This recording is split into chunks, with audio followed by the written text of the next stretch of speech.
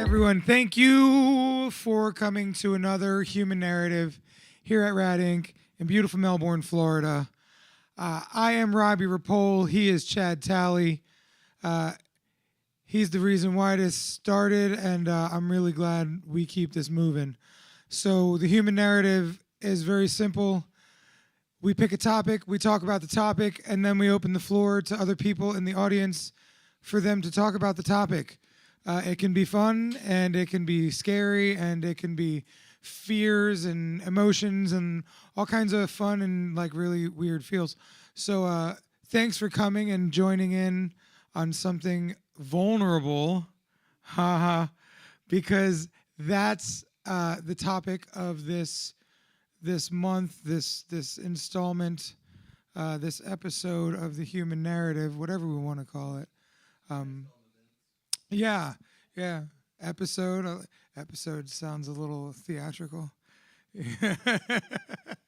It makes sense. But yeah, so it's an interesting night. So as we were saying before we turned the cameras on, uh, me and Zach kind of like the smaller crowds. They're the intimate experience. It's kind of cool. But then there's really like a lot of power in the big room too. So like I like a little bit of all of it. And honestly, the human narrative always comes at the right time for me because it always just feels good. You know, one time Kathleen said, sitting in a circle, and that was a thing, right? Sitting in circles, man. Like, um, we're supposed to do it. We share, we learn, we grow, we progress together, and we're all in this weird evolutionary ride. So, thank you everyone for showing up, and yeah, I guess let's roll into our first motherfucker. Uh, so this is Chad. He is one of my best friends, and actually at this point, one of my longest friends. Longest friends. I don't know why I thought that was so funny. Yeah, I'm a child. Actually, I was just thinking like a person just stretched out really long. Like that's really what I was thinking. And then of course, also the penis joke is like always in there, but like I just imagine like Chad just stretched out really long, Stretched out. Man, this is just getting worse. It was supposed to be a nice introduction, and Donna's ruined it. I love you, Donna. Some sort of penis joke. And I know. I was like, damn it, why is Donna in her heckler pose? Like a little fucking like gargoyle just chilling up there, like. But yeah, so Chad came to me and he was like, we got to talk in person. And I was annoyed that he wanted to talk in person because I'm like, fuck, why are we doing this? Just text me about it, bro. And like, so he showed up and he brought me this idea, and it was one of the coolest things that we've done together, man. And it's been really cool to watch you take that like that initiative that you have been taking in making the human narrative and helping me push content for the rad movement, and just you're constantly growing and evolving as that person. So it's really cool to see what you're stepping into with the IOCDF, and then to write Love on Her Arms, and like all these different things you're doing, man. And it's like it's really fucking cool to see it come together like this, and just to see you like evolve into this awesome fucking like really, I don't even know what to say, like kind of like justice warrior for mental health and advocacy for OCD. And it's like really beautiful to see the way that you can reach people. So yeah, that's Chad Talley, everyone.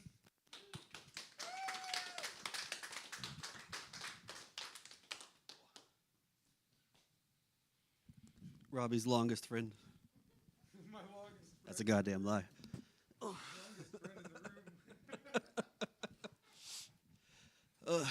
So vulnerability. I picked this topic, and I didn't start thinking about it until like 3 days ago, something like that.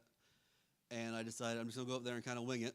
I have like 3 things that I wanted to talk about.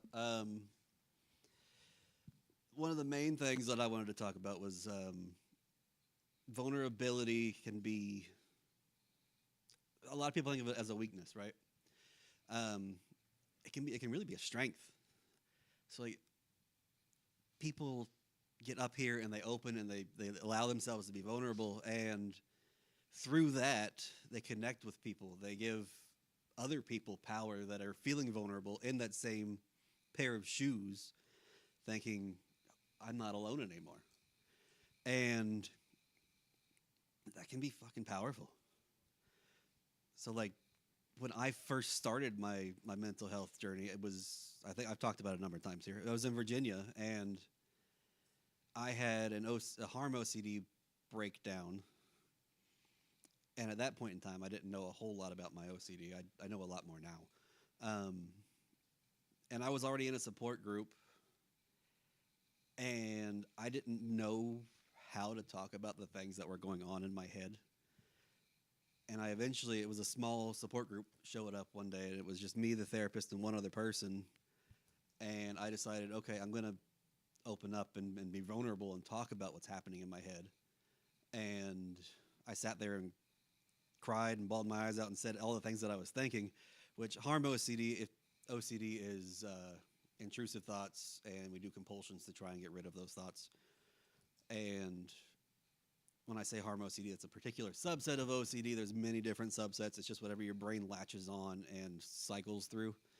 And OCD attacks what we love the most. So, hello. So I'm sitting there thinking horrible things about the things that I love the most, and my compulsions are mental. So I do something called thought replacement, which is I will preemptively think a better thought, or a thought that's easier for me to think than to think the bad thing. So I was constantly thinking about hurting myself rather than hurting somebody else. And so yeah, I broke down, I cried, I told them I was very vulnerable, and rather than attack a vulnerable opponent or hurt somebody when they're weak, they surrounded me. They, with OCD, you don't give reassurance, but they gave me the peer support that they needed to, and I set up a one-on-one with that therapist, and that's where I learned about ERP, which is exposure with response prevention. So through being vulnerable, I gained that strength, and that started me on my advocacy journey, because I realized, like, look, I'm going through these terrible things in my head, and I'm better now, and I want to help people that are going through that same thing, which is what a lot of the advocates that are with the IOCDF that I've connected with do. Like, I have so much respect for them, because they get up on their social media platforms to their thousands of followers and talk about the things that are going on in their head, and I want to do that. I just don't know how. So I'm gonna have to get with you to figure out how I want to do that. But yeah, vulnerability doesn't have to be a weakness. Find strength in your vulnerability. Connect with people. Connect with people on their vulnerabilities. Like what we do here. Like the two of the people I wanted to shout out aren't here. Looking at you, Meg. They get up here and they open themselves up, and I couldn't be more fucking proud. Because all the stuff that Meg's talked about, all the stuff that Kiki has fucking talked about. Like the last one, she talked about her brother. That was fucking powerful. And she got up here and she was vulnerable and laid it out on the table, and I couldn't have been more proud. And that it made everybody else, feel that. So yeah, don't let vulnerability be your weakness. Find strength in it and connect with people through your vulnerability. That's about all I have for vulnerability.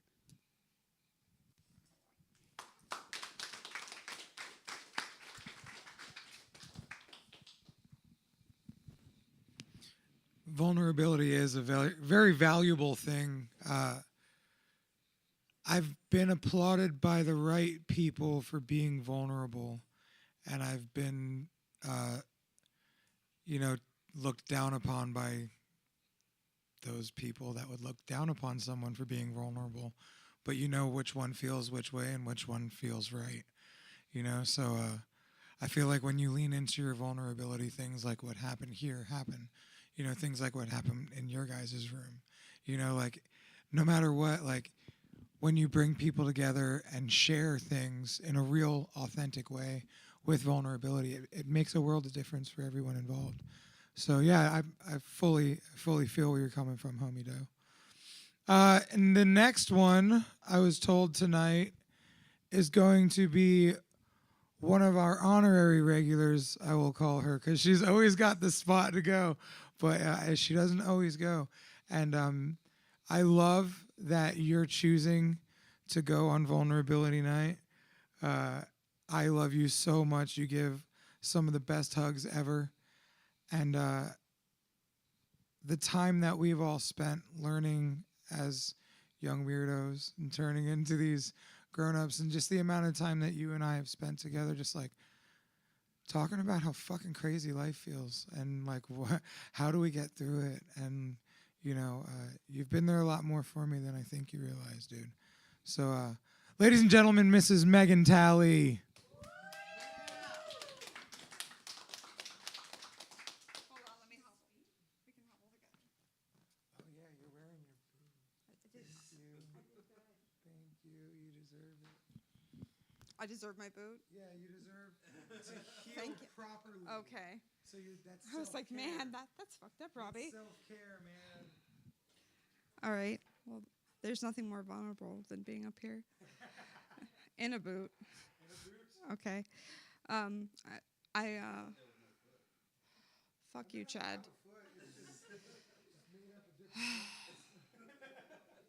Thanks for making me feel like shit. My heart's not beating really fast. It's really bright too. Anyway, I wanted to come up here and talk about vulnerability because I have been like hidden in a shell for a lot of my life because I feel like I can't ever talk about it most of my life because I'm always been afraid of hurting other people's feelings. So this year I have told myself, now that I have found myself a therapist and she's helping me through medication management and talk therapy, and I recently just did a psychological testing for a diagnosis so I can find out triggers to help myself get through everyday struggles and weaknesses and vulnerabilities. So I just wanted to come up here and tell everybody my story about how or what I'm doing to better myself, and to let everybody know that it's okay to not be okay and have those vulnerabilities, and there's always other people and other avenues to help you find those way throughs. And I don't really know what else to say other than that. But I do want to thank my husband because he's amazing and he puts up with all my shit and all my friends. And I think that's all I'm going to say for right now. And because I can't think of anything else. And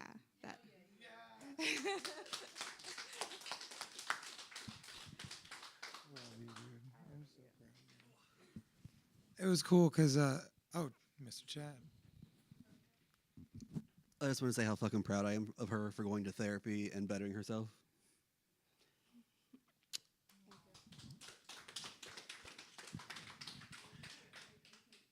It's really hard to say, like, okay, I'm going to go get better, or I'm going to go get help, or I'm going to go seek treatment, or I'm going to go sort myself out, or I'm going to go figure out, like, how to, like you said, just get through day to day, man. Like, that's some wild shit. And me and Donna had talked about that. Like, I was like, I think I want to get on some sort of antidepressant or something. She's like, yeah, that's cool. And I'm like, really? I'm like, I feel weird. I feel weak or something. You know, like I feel like my dad. Huh? I do, yeah. And so, like, I feel like my dad in that moment where I'm like, fucking, I don't need no drugs to keep me happy. Well, yes, I do, maybe. Maybe a little bit of help. Yeah, yeah. I'm on bupropion. I told my doc, I was like, I want something like light that just like is, well, I'm whatever I'm on is mellow. Is I'm it's helping. You know, I still have, and like I still have moments of those vulnerable moments, and I think that's what I've realized. Like when I get my worst moments are when I'm the most like visible, but like don't want to be seen. So then I feel too vulnerable. So thanks, man. Yeah. So thank you. Yeah. So I was relating, right? Like, cause like it's hard to fucking say, okay, I'm gonna go do this, cause I don't feel like I can do this without this. So like it's fucking weird. I do that with this stuff too, though. I'm like, I don't fucking need a human narrative. You know, like, shut up. And then I'm like, fine, human narrative's cool. I like it. You know.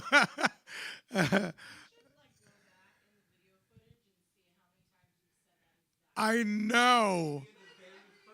I know. It's ridiculous. I need to grow up. Um, so we didn't do a list of people. So I did.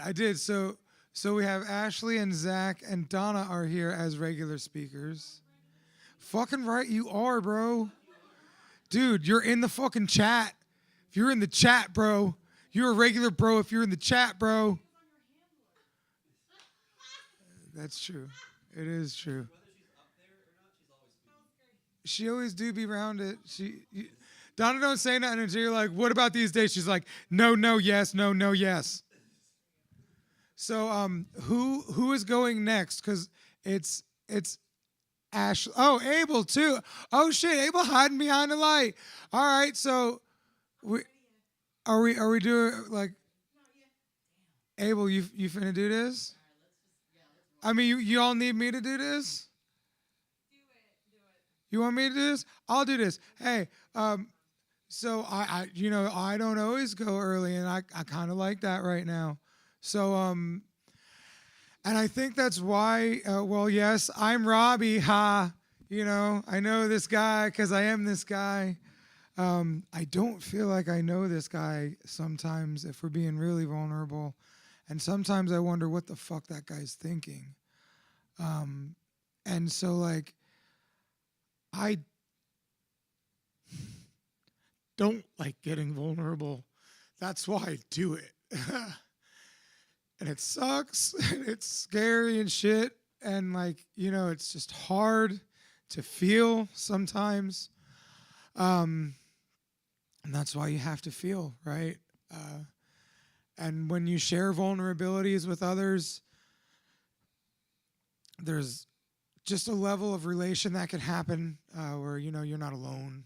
We all go through this shit. I hold myself to way too high a standard.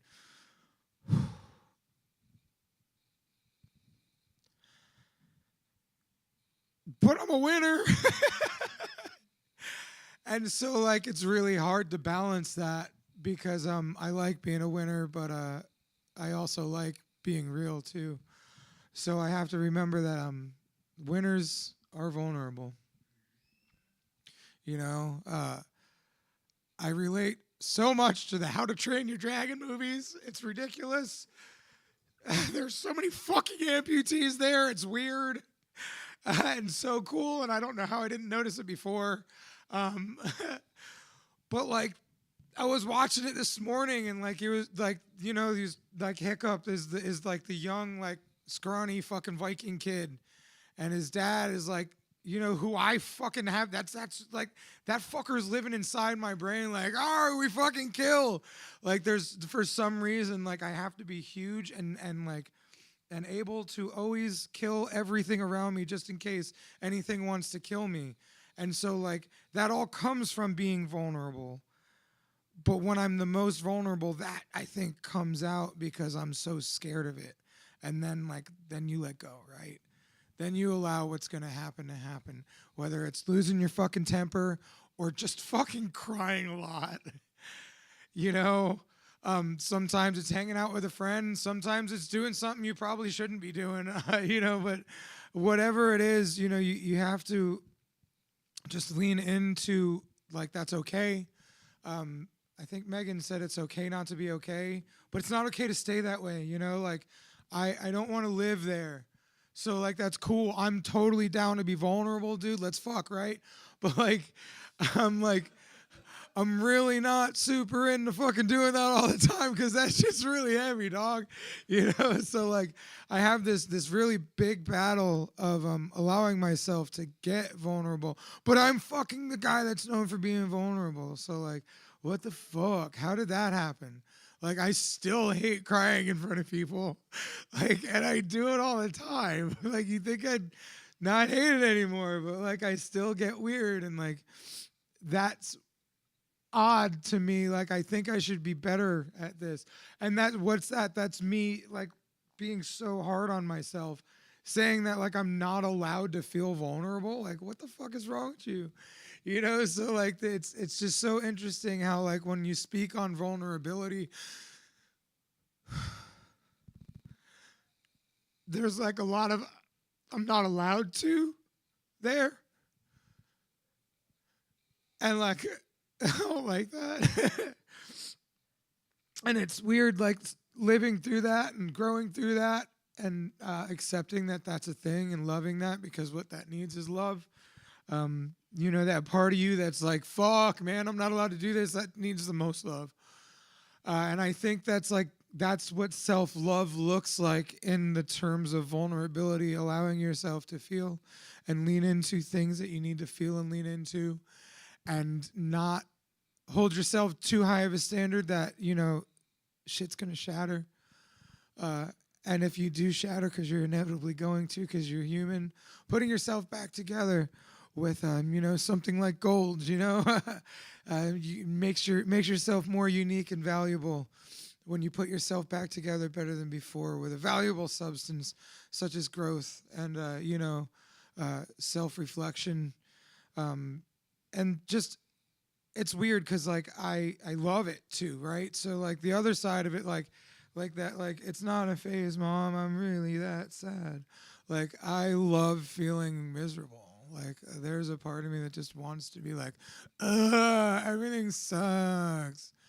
And like then I feel very vulnerable when I'm there too. And then it's weird being like self-aware because then you're like, why am I being such a piece of shit? Why are you being so hard on yourself? Why can't we just chill? You know, like it's this really weird thing that goes on, man. And like I find myself doing that to other people. You know, like I snap on all of you for being any part of me that reflects me that I don't want to be. And it's like, ew, get the fuck away from me with that shit, triggering me and shit. You know, like, and then it's like, but I know my triggers are my healers. And oh, man. So, like, you know, it's just this whole thing. And then you just have to find grace for yourself at the end of the day. And just value vulnerability as a superpower. Hanson, oddly enough, did a really beautiful acoustic song called Strong Enough to Break. And I know that's like, so what the fuck is this dude talking about? Look that shit up, dog. Google it and shit, Beatrice's. Dude, no, I'm telling you. So this is like post Bop times, right? These cats had grown up. You know what I'm saying? Like, and like, they're in there like, we finna be like musicians thing. And so like, I have this thing for fucking like a person singing with a guitar.